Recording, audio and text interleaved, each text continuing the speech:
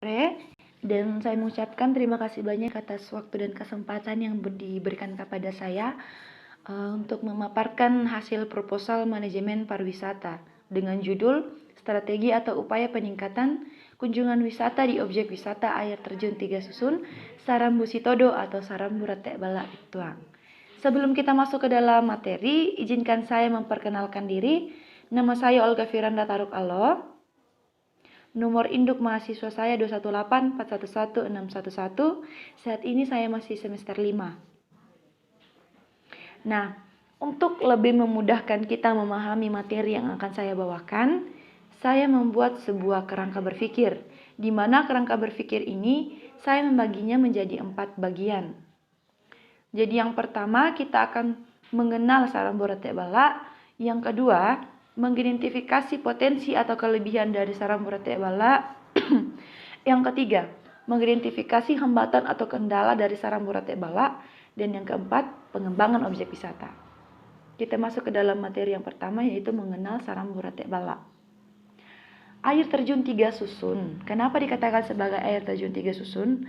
Karena pemandangan air terjunnya ini tersusun menjadi 3 bagian. Nah, air terjun Tiga Susun ini atau lebih banyak dikenal orang luar sebagai Sarambu Rate Bala, tetapi masyarakat dekat sana lebih senang atau lebih mengenalnya dengan sebutan Sarambu Sitodo. Sarambu Rate Bala ini berlokasi di Lembang Bala Bituang, Kabupaten Tanah Toraja. Jarak yang bisa ditempuh ada sekitar 55,2 km dari area Rantepao. Nah, dari jarak yang sudah bisa kita pastikan ini, waktu tempuh yang bisa dilewati ada sekitar 1 jam 50 menit. Jarak dan waktunya ini bisa berubah jika kita melewati jalan pintas. Contohnya lewat Sarantetayo. Nah, apa sih potensi atau kelebihan dari Sarambu Rate Bala? Jadi potensi yang bisa dilihat dari objek wisata Sarambu Rate Bala ada beberapa hal. Yang pertama adalah wisata alamnya. Nah, wisata alamnya ini masih benar-benar bersih, indah dan sejuk. Inilah yang menjadi daya tarik wisatawan untuk datang berkunjung. Selain itu, pemandangan dari air terjunnya juga yang tersusun menjadi 3 bagian. Ini menjadi daya tarik bagus untuk datang bersantai. Nah, di tengah air terjun itu ada sebuah kolam kecil antara air terjun susunan kedua dengan susunan ketiga, di mana di situ kita bisa menikmati air terjun yang dingin dan segar. Ini cocok untuk kita pakai berendam atau berenang. Yang kedua, di sepanjang kita menuju lokasi Sarambu Rate Bala ini ada banyak hamparan persawahan yang bisa kita lihat. Juga ada beberapa pepohonan pinus serta perkebunan kopi yang sangat subur. Yang ketiga, di lokasi objek wisata ini disediakan 2 pondok kecil, di mana itu bisa digunakan untuk beristirahat dan duduk-duduk santai, menikmati pemandangan dari air terjun. Kemudian, hambatan atau kendala dari Sarambu Rate Bala. Ada beberapa hambatan atau kendala yang sering dikeluhkan wisatawan jika datang berkunjung ke lokasi Sarambu Rate Bala Bituang ini. Di antaranya yang pertama, akses jalan. Jalan yang masih kurang banyak diketahui orang ini menjadi salah satu kendala yang paling banyak terjadi karena lokasinya memang tersembunyi di lereng gunung. Dan masih banyak warga sekitar juga yang masih kurang tahu betul lokasi dari objek wisata ini. Karena di Bituang sendiri ada 3 macam air terjun, jadi kadang warga di sekitar sana kurang tahu lokasi air terjun yang dimaksud ini di mana. Nah, selain dari lokasinya yang tersembunyi, jalan menuju lokasi juga terbilang cukup sulit untuk dilalui, khususnya kendaraan roda 4, sebab jalannya yang sempit dan masih rata dengan tanah. Jadi wisatawan yang datang berkunjung ke air terjun Sarambu Rate Bala ini, kalau datang menggunakan kendaraan roda 4, mereka harus berjalan kaki lagi sekitar 2 km dari objek wisata ini. Yang kedua, fasilitas yang memadai. Jadi di objek wisata Sarambu Rate Bala ini masih banyak dikeluhkan oleh wisatawan karena masih kurang fasilitas yang memadai, contohnya WC atau toilet. Sedangkan lokasinya yang tersembunyi ini jarang didatangi. Kemudian rumah warga pun juga masih lumayan jauh dari lokasi, jadi benar-benar tidak ada WC atau toilet. Kemudian pengembangan dari Sarambu Rete Bala. Dari potensi dan kendala yang sudah dipaparkan sebelumnya, memang terlihat masih banyak kekurangan yang perlu dibenahi untuk bisa meningkatkan kunjungan wisatawan ke objek wisata ini. Maka dari itu, ada beberapa ide atau usul yang bisa saya sampaikan agar menjadi bahan pertimbangan untuk kemajuan objek wisata Sarambu Rete Bala di Bituang. Yang pertama, akses jalan. Nah, jalan yang menjadi kendala utama yang sangat perlu untuk dikembangkan.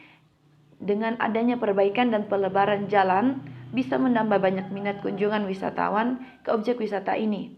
Persen yang ada di samping ini menunjukkan hasil keberhasilan jika diadakannya pengadaan perbaikan akses jalan ini. Selain perbaikan, mungkin akan lebih banyak promosi ke depannya, supaya orang juga bisa mengenal Sarambu Rete Bala ini di mana. Kemudian sarana jembatan penyeberangan. Selain jalan menuju lokasi wisata, ada kendala yang bisa dikembangkan, yaitu sebuah sarana penyeberangan di mana wisatawan juga bisa sampai ke ujung lokasi tanpa perlu menyeberangi sungai dahulu. Yang ketiga, fasilitas lain-lain. Fasilitas yang dimaksud ini seperti WC, area istirahat, dan tempat pembuangan sampah. Nah, ini diadakan untuk menambah minat wisatawan, karena suatu objek wisata itu harus mempunyai sebuah keunikan. Salah satunya yang akan kita bahas adalah area istirahat. Nah, akses jalan.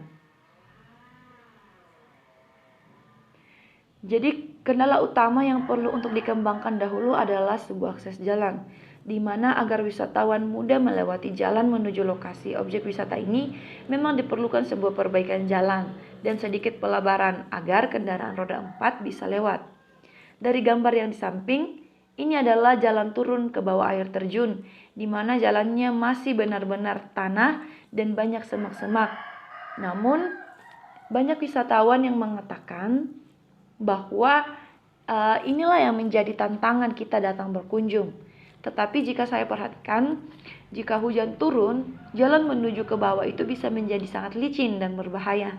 Karena itu, jalan turun ke bawah perlu ada sedikit perbaikan. Nah, jadi saya memberikan sebuah pilihan alternatif di mana jalan ke bawah itu bisa dibuat sebuah tangga-tangga yang lebih memudahkan wisatawan untuk datang berkunjung. Kemudian semak-semak yang banyak tumbuh di sekitar objek wisata perlu untuk dibersihkan agar pemandangan air terjun itu dapat terlihat jelas dari atas. Jembatan penyeberangan. Nah, gambar di samping adalah jalan yang waktu itu sempat saya lewati agar saya bisa lewat ke seberang atau mendekati dengan air terjun. Nah, beruntung pada saat itu airnya tidak terlalu banyak, jadi masih bisa baik untuk dilewati. Tetapi jika memang tetap tidak hati-hati bisa saja kita celaka. Nah, alternatif yang bisa ditawarkan adalah pembangunan sebuah jembatan, di mana jembatan ini akan sangat membantu wisatawan yang berkunjung untuk bisa melewati sungai. Jembatan yang dimaksud di sini adalah jembatan kecil, di mana bahannya bisa dari kayu ataupun yang lain. Yang penting itu kuat dan kokoh, seperti contoh yang di bawah. Nah, di sekitar lokasi kan banyak pepohonan yang bisa dimanfaatkan sebagai bahan pembuatan jembatan. Namun, pemanfaatannya pun tidak sembarangan. Ini harus digunakan sebaik mungkin agar kekayaan alam itu tidak rusak, karena kekayaan alam itu tetap harus kita jaga dan lestarikan. Nah, fasilitas lain-lain. Contohnya yang pertama pengadaan WC umum. Nah, untuk pengadaan fasilitas ini bagi saya memang cukup penting. Karena ini juga yang akan meningkatkan kualitas pelayanan dari objek wisata ini. Yang kedua, inilah pengadaan area istirahat. Nah, area istirahat inilah yang akan menjadi keunikan baru bagi objek wisata ini. Di mana area istirahat ini digunakan untuk menikmati pemandangan alam. Jadi kita bisa duduk-duduk di situ sambil menikmati pemandangan air terjun, menikmati bekal yang kita bawa. Kita juga bisa mendirikan sebuah tenda, di mana tenda ini bisa kita dirikan jika kita ingin bermalam. Kemudian pengadaan pos dan tempat pembuangan sampah. Nah, pos selamat datang di atas bagus untuk diadakan untuk membantu pendapatan objek wisata ini. dan tempat pembuangan sampah agar kebersihan dari objek wisata ini tetap terjaga. Kesimpulannya, jadi setiap objek wisata pasti memiliki banyak potensi atau kelebihannya masing-masing yang menjadikannya unik dan menarik perhatian wisatawan agar berkunjung ke lokasi objek wisata tersebut. Namun, di Toraja sendiri masih banyak objek wisata yang perlu perhatian untuk dilakukannya sebuah perubahan perkembangan, sehingga bisa menarik minat banyak wisatawan. Karena Toraja banyak memiliki wisata-wisata yang unggul dari daerah lain. Salah satunya adalah keindahan alamnya yang masih bersih dan alami. Misalnya di Saramurot Balak Bituang ini, yang suasananya benar-benar masih bersih dan membuat hati tenang.